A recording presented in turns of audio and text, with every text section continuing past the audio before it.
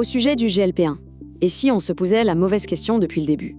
La clé, en fait, c'est une relation puissante et souvent ignorée dans notre corps. Le GLP-1, c'est un peu le frein naturel de l'organisme. Il signale quand ralentir. Pendant des décennies, l'idée c'était que le GLP-1 servait surtout à stimuler l'insuline. Mais lors d'un vrai repas, son action principale est de freiner. Donc on a besoin de moins d'insuline. En gros, le GLP-1 n'est pas un accélérateur d'insuline, mais plutôt un frein. Mais si l'histoire était en fait à l'envers, c'est là que ça devient intéressant. La vraie question, c'est peut-être quel est l'effet de l'insuline sur le GLP-1? Et là, les recherches sont unanimes.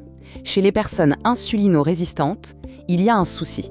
On le voit bien ici, moins la santé métabolique est bonne, moins le GLP-1 est sécrété. Et attention, ce n'est pas qu'une histoire de poids, c'est vraiment la fonction métabolique qui est en jeu.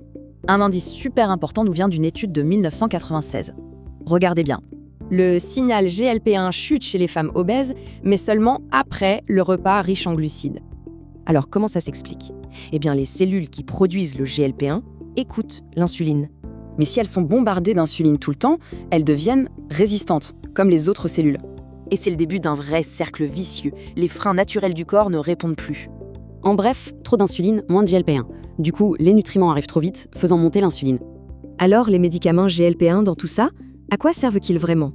En fait, ils ne réparent rien. Ils contournent le système cassé en criant très fort pour activer les récepteurs. Ce qu'il faut retenir, c'est que ce déficit en GLP-1 n'est pas inné, il est acquis.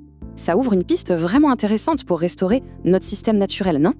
La question finale est donc, peut-on réveiller ce signal de satiété en agissant sur l'insuline?